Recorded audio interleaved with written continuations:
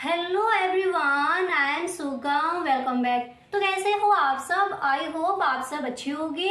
स्वागत है आप सभी का आपके अपने एसपी स्टडी यूट्यूब चैनल पर। तो गाइस, आज हम इस वीडियो में देखने वाले हैं इकोनॉमिक्स का जो आपका मॉडल पेपर है उसका फुल सॉल्यूशन आज हम इस वीडियो में देखने वाले हैं। तो अगर आप इस चैनल पर पहली बार आए हो तो इस चैनल को सब्सक्राइब कर लेना, बेल आइकन को भी प्रेस कर देना ताकि वीडियो की जो भी नोटिफिकेशन हो वो सबसे पहले आपके पास पहुंचे। और गाइस, अगर आप सच में इस बार के बोर्ड एग्जाम में 90 प्लस स्कोर करना चाहते हो तो आप अभी से इस चैनल को सब्सक्राइब कर ले, क्योंकि हर सब्जेक्ट के आपके जो मॉडल पेपर हैं, इंपोर्टेंट क्वेश्चन है, प्रीवियस ईयर क्वेश्चन है, वो सारा कुछ आपको इसी चैनल पर मिलने वाला है। ऑल क्लासेस ऑल सब्जेक्ट की आपको इसी चैनल पर मिलेगी। तो गाइस, अगर आपको ये वीडियो पसंद आए तो इसको आप एक लाइक जरूर कर दें, और वीडियो अगर आपको अच्छा लगा करे तो एक बार दोस्तों भी वीडियो को शेयर जरूर किया करें। ओके, तो आज हम देखेंगे इकोनॉमिक्स का जो आपका मॉडल पेपर है उसका फुल सॉल्यूशन। इसके बाद जो आपका सब्जेक्ट हिंदी है उसके जो भी मॉडल पेपर है, 3 मॉडल पेपर है, तीनों मॉडल पेपर के फुल सॉल्यूशन आपको मिलने वाला है। तो आप इस चैनल को सब्सक्राइब कर ले। Okay, so without any let's begin. तो गाइस, ये देखिए, ये है आपका सेकेंड पार्ट। फर्स्ट पार्ट हम आपको करा चुके हैं, उसमें हमने देखे थे जो हमारे इंपॉर्टेंट जो बहुविकल्पीय प्रश्न है वो हमने देखे थे। तो यहाँ पर एक बार आप दोबारा से देख सकते हो गाइस। अगर आपने फर्स्ट पार्ट इसका नहीं देखा है तो डिस्क्रिप्शन बॉक्स में आपको लिंक मिल जाएगा, वहां से आप वो वीडियो देख सकते हो। ठीक है, अतलग उत्तरीय प्रश्न उसमें हमने देख लिए थे। 2 हमारे अतलग उत्तरीय प्रश्न रह गए थे, उनको हम यहाँ पर देख लेंगे। पूर्ण प्रतियोगिता की कोई 3 विशेषताएं लिखी, यहाँ तक हम देख चुके हैं। अब इसके बाद यहाँ पर देखिए, नेक्स्ट है आपका कि औसत भौतिक उत्पाद से क्या आशय है। ये हमें देखना है कि औसत भौतिक उत्पाद से क्या आशय है। जितने भी क्वेश्चंस यहाँ पर आपको बताए जाएंगे ये आपका बैरर मॉडल पेपर है। इस बार के बोर्ड एग्जाम में इसी से आपके क्वेश्चन रखे जाएंगे, तो आप इस वीडियो में एंड तक बने रहें। ठीक है, तो यहाँ पर आपका प्रश्न है कि औसत भौतिक उत्पाद से क्या आशय है।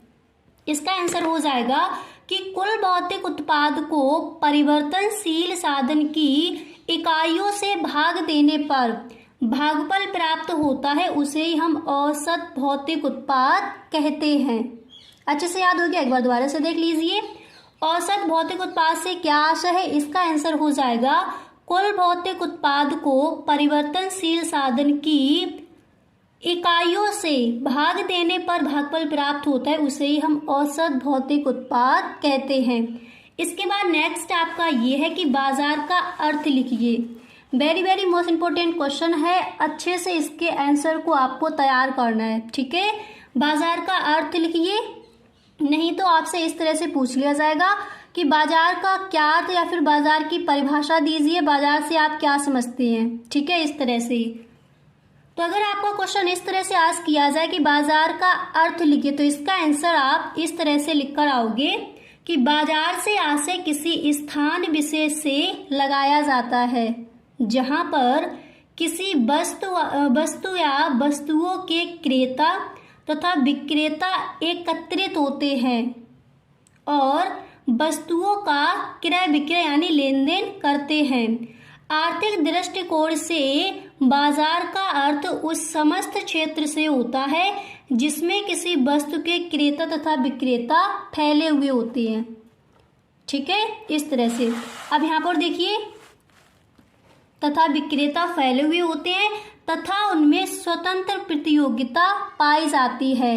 तो इस तरह से आप बाजार का अर्थ लिखिए, या फिर बाजार से क्या आशय है, इस तरह से इसका आंसर आप लिख कर आओगी। इसके बाद नेक्स्ट आपको ये तैयार कर लेना है इस बार के बोर्ड एग्जाम के लिए। नेक्स्ट क्वेश्चन है आपका अतलग उत्तरीय प्रश्न में कि भुगतान शेष संतुलन से क्या तात्पर्य होता है। भुगतान शेष संतुलन से क्या तात्पर्य होता है, इसको आप तैयार करेंगे। तो देखिए, इसका आंसर क्या हो जाएगा। आप इसका आंसर इस तरह से लिखोगे कि किसी देश का भुगतान संतुलन उसके संपूर्ण विदेशी लेन देन का एक विवरण होता है। इनके बाईं ओर सभी लेनदारियां तथा दाईं ओर सभी देनदारियां प्रदर्शित की जाती हैं। इन दोनों राशियों के अंतर से भुगतान संतुलन का स्वरूप स्वतः स्पष्ट हो जाता है। क्लियर? इस तरह से आप इस क्वेश्चन का आंसर लिखकर आओगे। अब यहाँ पर हम देखेंगे कि लघु उत्तरीय प्रश्न हमें कौन कौन से तैयार कर लेनी है। ओके, अतलघु उत्तरीय प्रश्न और बहुविकल्पीय प्रश्न जो आपके 10 आते हैं वो हमने आपको बता दिए। ओके, अब यहाँ पर हम देखेंगे कि लघु उत्तरीय प्रश्न हमें कौन कौन से तैयार करने हैं, कौन कौन से ऐसे क्वेश्चन हैं जो इस बार के बोर्ड एग्जाम के लिए इम्पोर्टेंट है। तो फर्स्ट यहाँ पर क्वेश्चन है आपका कि लागत फलन की संकल्पना क्या है, इसको आप तैयार करेंगे। तो देखते हैं इसका आंसर क्या हो जाएगा। तो इसका आंसर हो जाएगा कि लागत फलन सामान्यतः उत्पादन फलनों से ही व्युत्पन्न किए जाते हैं। उत्पादन लागत के अंतर्गत वे सभी व्यय सम्मिलित किए जाते हैं जो किसी उत्पादक या फर्म द्वारा वस्तु के उत्पादन व्यय के रूप में उठाए जाते हैं। इसके बाद आपको लिखना है कि लागत फलन उत्पादन के साधनों तथा लागतों के बीच संबंधों को व्यक्त करता है। फिर आप लिखोगे कि अल्पकाल तथा दीर्घकाल दोनों में लागत फलन अनेक तत्वों पर निर्भर करते हैं, अर्थात दोनों ही समयावधियों में लागत फलन अनेक तत्वों पर निर्भर करते हैं।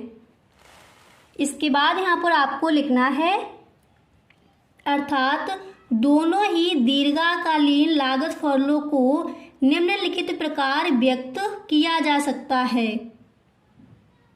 ओके, क्या लिखोगे आप? अर्थात दोनों ही दीर्घकालीन लागत फलनों को निम्नलिखित प्रकार से व्यक्त किया जा सकता है।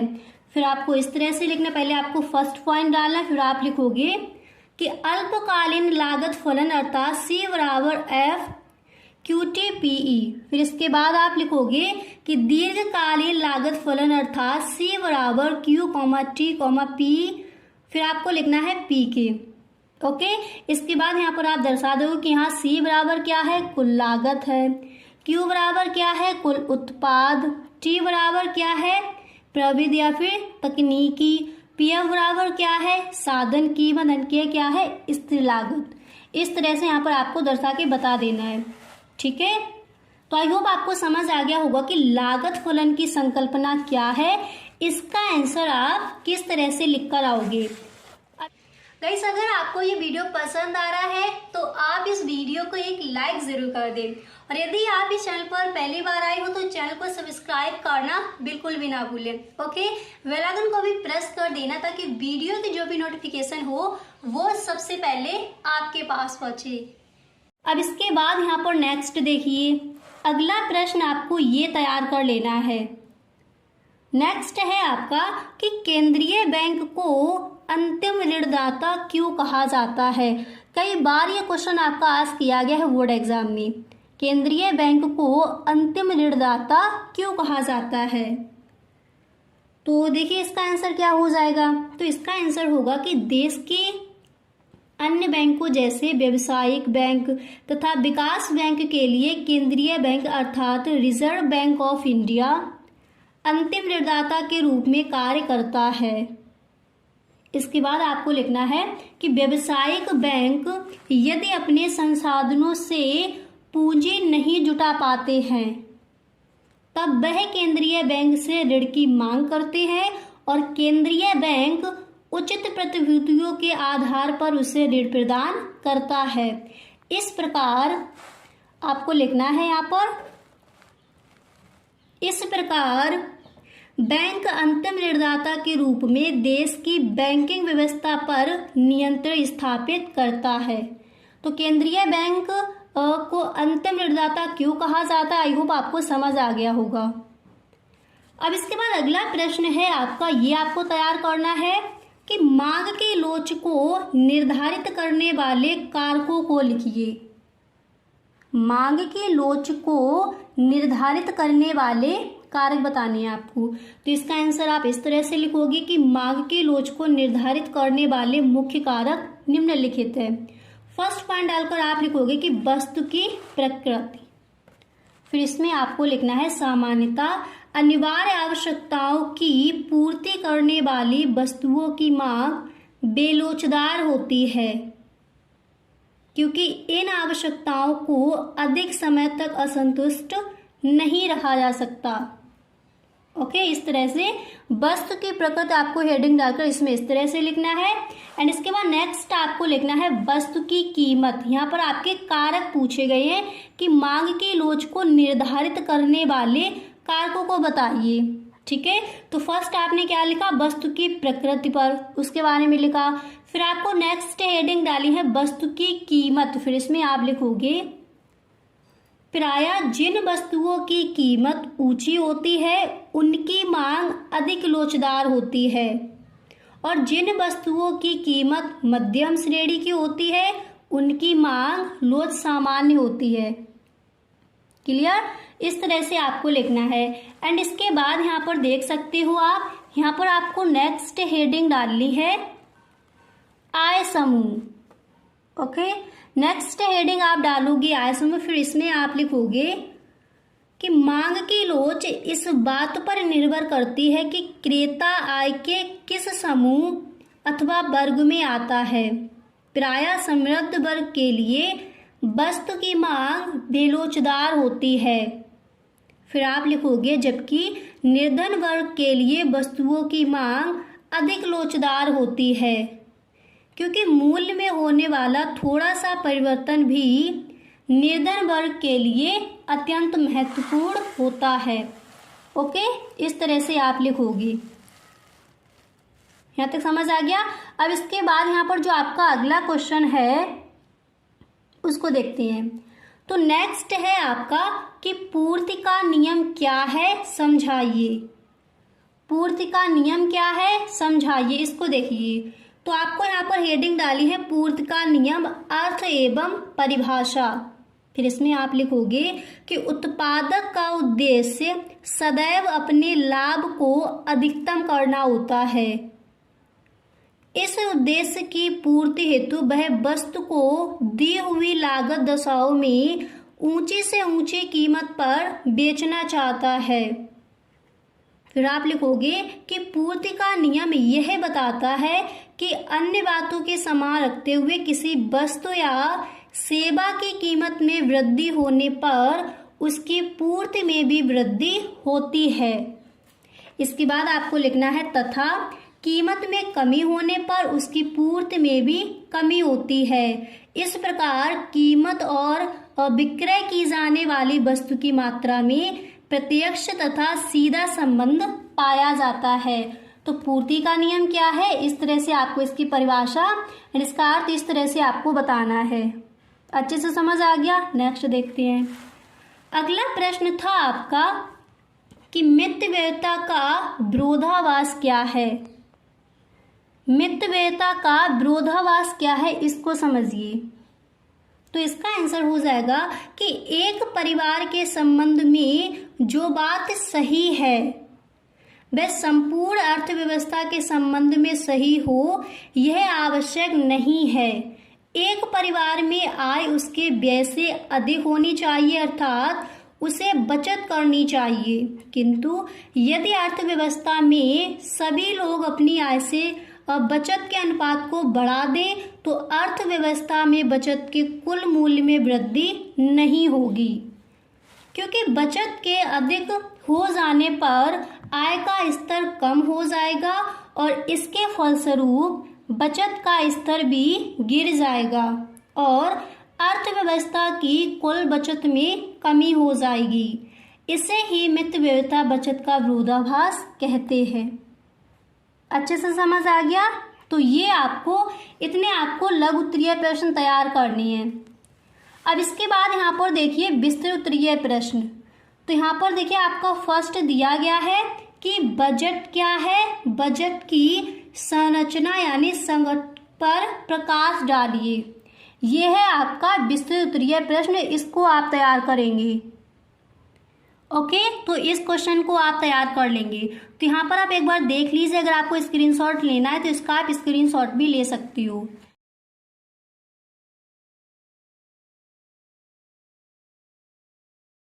तो गाइस यहाँ पर देखिए जितने भी आपके इंपॉर्टेंट क्वेश्चन हैं वो यहाँ पर हम देखने वाले हैं, ठीक है। तो यहाँ पर जो आपका फर्स्ट क्वेश्चन है तो वो मैंने यहाँ पर लिया है कि बैंक दर को परिभाषित कीजिए। क्वेश्चन क्या है आपका, बैंक दर को परिभाषित कीजिए। ये जो आपका क्वेश्चन है ये आपका पूछा जाएगा अतलग उत्तरीय प्रश्न में, बैंक दर को परिभाषित कीजिए। तो इसको आपको अच्छे से तैयार कर लेना है, ठीक है। जितने भी आपके इंपॉर्टेंट क्वेश्चन है वही क्वेश्चन यहाँ पर आपको मिलने वाले हैं, ओके। अब इसके बाद नेक्स्ट दिया गया है आपका कि वैयक्तिक प्रयोज्य आय से क्या आशय है। ये आपका सेकंड क्वेश्चन है, इसको भी आपको तैयार कर लेना है। ये भी कई बार आपका बोर्ड एग्जाम में आज किया गया है, ठीक है। तो बैंक दर को परिभाषित कीजिए, इसको आप तैयार करेंगे। एंड नेक्स्ट है आपका कि वैयक्तिक प्रयोज्य आय से क्या आशय है, इसको आप तैयार करेंगे। इसके बाद अगला प्रश्न है आपका कि सार्वजनिक वस्तु से क्या आशय है। सार्वजनिक वस्तु से क्या आशय है, ये क्वेश्चन आपको तैयार करना है। इसके बाद नेक्स्ट यहाँ पर आपका दिया गया है कि कीमत विभेद किसे कहते हैं। Very very most important question है इस बार के बोर्ड एग्जाम के लिए, ठीक है। तो इसको आप अच्छे से तैयार कर लेंगे कि कीमत विभेद किसे कहते हैं, ओके। यहाँ पर आपको जितने भी क्वेश्चन बताए जाएं सारे क्वेश्चन आप साथ ही साथ लिखते चलिए। तो बैंक दर को परिभाषित कीजिए, ये आपको तैयार करना है। वैयक्तिक प्रयोज्य आय से क्या आशय है, इसको आप तैयार करेंगे। एंड इसके बाद नेक्स्ट है यहाँ पर कि सार्वजनिक वस्तु से क्या आशय है, इसको आप तैयार करेंगे। एंड नेक्स्ट है कीमत विभेद किसे कहते हैं। इसके बाद अगला गाइस, अगर आप अभी तक इस वीडियो में बने हुए हो तो आई होप आपको वीडियो पसंद आ रहा होगा। अगर आपको सच में ये वीडियो अच्छा लगा है तो आप इस वीडियो को एक लाइक जरूर कर दें। और यदि आप इस चैनल पर पहली बार आए हो तो इस चैनल को सब्सक्राइब कर लेना, बेल आइकन को भी प्रेस कर देना ताकि वीडियो के जो भी नोटिफिकेशन हो वो सबसे पहले आपके पास पहुंचे। इसके बाद नेक्स्ट प्रश्न आपका यहाँ पर दिया गया है कि शुद्ध राष्ट्रीय उत्पाद से आप क्या समझते हैं। शुद्ध राष्ट्रीय उत्पाद से आप क्या समझते हैं, इस प्रश्न को आपको तैयार करना है, ओके। इसके बाद अगला प्रश्न है आपका नेक्स्ट यहाँ पर है कि प्रति व्यक्ति आय से क्या आशय है। प्रति व्यक्ति आय से क्या आशय है, इस प्रश्न को आप तैयार करेंगे। इसके बाद नेक्स्ट यहाँ पर दिया गया है कि मांग की लोच मापने का प्रतिशत सूत्र बताइए। कई बार ये आपका जो क्वेश्चन है वो आज किया गया, पेपर उठाकर देखना। कई बार ये प्रश्न देखने को मिला है कि मांग की लोच मापने का प्रतिशत सूत्र बताइए, ठीक है। इसको आप तैयार करेंगे। एंड इसके बाद नेक्स्ट है मुद्रा के 3 प्रमुख कार्य लिखिए। Very very most important question है, अच्छे से इसको आप तैयार कर लीजिए। मुद्रा के प्रमुख कार्य आपको याद कर लेनी है, ठीक है। इसके बाद अगला प्रश्न है आपका कि सीमांत उपभोग प्रवृत्ति क्या होती है। सीमांत उपभोग प्रवृत्ति क्या होती है, इसको आप तैयार करेंगे। एंड इसके बाद अगला प्रश्न है आपका, यहाँ पर आप देख सकती हो कि सीमांत लागत क्या है। ये आपका वेरी मोस्ट इंपोर्टेंट क्वेश्चन है, सीमांत लागत क्या है, ठीक है, ये आपको बताना है। एंड इसके बाद अगला प्रश्न है आपका कि एकाधिकार की परिभाषा दीजिए। इस बार के बोर्ड एग्जाम के लिए ये आपका जो क्वेश्चन है इंपॉर्टेंट है, एकाधिकार की परिभाषा दीजिए, ओके। एंड इसके बाद अगला प्रश्न है आपका कि बजट रेखा को परिभाषित कीजिए, ठीक है। नहीं तो आपका इस तरह से आ जाएगा कि बजट रेखा से आप क्या समझते हैं। बजट रेखा का अर्थ लिखिए या फिर बजट रेखा को परिभाषित कीजिए, ओके। इस तरह से आपका क्वेश्चन आज किया जाएगा, तो अच्छे से आपको इसको भी देख लेना है। एंड इसके बाद नेक्स्ट आपका दिया गया है कि व्यष्टि अर्थशास्त्र क्या है। व्यष्टि अर्थशास्त्र क्या है, तो व्यष्टि अर्थशास्त्र की आपको क्या करना है, डेफिनेशन अच्छे से याद कर लेनी है, ओके। इसके बाद अगला प्रश्न है आपका नेक्स्ट यहाँ पर दिया गया है कि आधुनिक युग में उत्पादों के साधनों के नाम लिखिए। आधुनिक युग में उत्पादों के साधनों के नाम लिखिए। ये प्रश्न आपको तैयार करना है। इसके बाद अगला प्रश्न है आपका पूर्ण प्रतियोगिता की 3 विशेषताएं लिखिए। अभी जो आपका बोर्ड एग्जाम हुआ था इसमें ये क्वेश्चन आपको आज किया गया है। पूर्ण प्रतियोगिता की 3 विशेषताएं लिखिए। ओके, तो ये भी आपको तैयार कर लेनी है, इस बार भी पूछी जा सकती है। ठीक है, अभी जो आपका बोर्ड एग्जाम हुआ था उसमें आपका ये क्वेश्चन आज किया गया था, पूर्ण प्रतियोगिता की 3 विशेषताएं। लघु उत्तरीय प्रश्न में ये आपका प्रश्न रखा गया था। एंड इसके बाद अगला प्रश्न है आपका कि भुगतान शेष संतुलन से क्या तात्पर्य है। ये क्वेश्चन भी आपका 2023 के बोर्ड एग्जाम में आज किया गया था। ठीक है, भुगतान शेष संतुलन से क्या तात्पर्य है, इंपॉर्टेंट है, इसको भी आप तैयार कर लेंगे। एंड इसके बाद नेक्स्ट है कि बाजार का अर्थ लिखिए। बाजार का अर्थ लिखिए। ये क्वेश्चन भी आपका आज किया गया था 2023 के बोर्ड एग्जाम में। ओके, तो इसको भी आपको तैयार कर लेना है। जैसे इस तरह से आपका पूछा गया था बाजार का अर्थ लिखिए। अगर इस बार भी ये क्वेश्चन आपका आज किया जाता है तो इस तरह से पूछ लिया जा सकता है कि बाजार से आप क्या समझते हैं, या फिर बाजार की परिभाषा दीजिए, इस तरह से। ठीक है, तो इसको भी आपको तैयार कर लेना है। एंड इसके बाद अगला प्रश्न यहाँ पर आपका दिया गया है, नेक्स्ट आप देख सकते हो कि उपभोग की सीमांत प्रवृत्ति से आप क्या समझते हैं। ये भी आपका इस बार जो बोर्ड एग्जाम हुआ था उसमें आज किया गया था। उपभोग की सीमांत प्रवृत्ति से आप क्या समझते हैं, तो इसको भी आप तैयार कर लेंगे। एंड इसके बाद नेक्स्ट है आपका कि अर्थव्यवस्था की प्रमुख केंद्रीय समस्या क्या है। अर्थव्यवस्था की प्रमुख केंद्रीय समस्या क्या है, इसको भी आपको तैयार कर लेना, ये आपका इंपॉर्टेंट है। ठीक है, अर्थव्यवस्था की प्रमुख केंद्रीय समस्या क्या है, इसका भी आंसर आप अच्छी तरह से याद कर लेंगे। क्लियर। अब इसके बाद नेक्स्ट है आपका कि पूर्ति वक्र पर संचलन से क्या अभिप्राय है।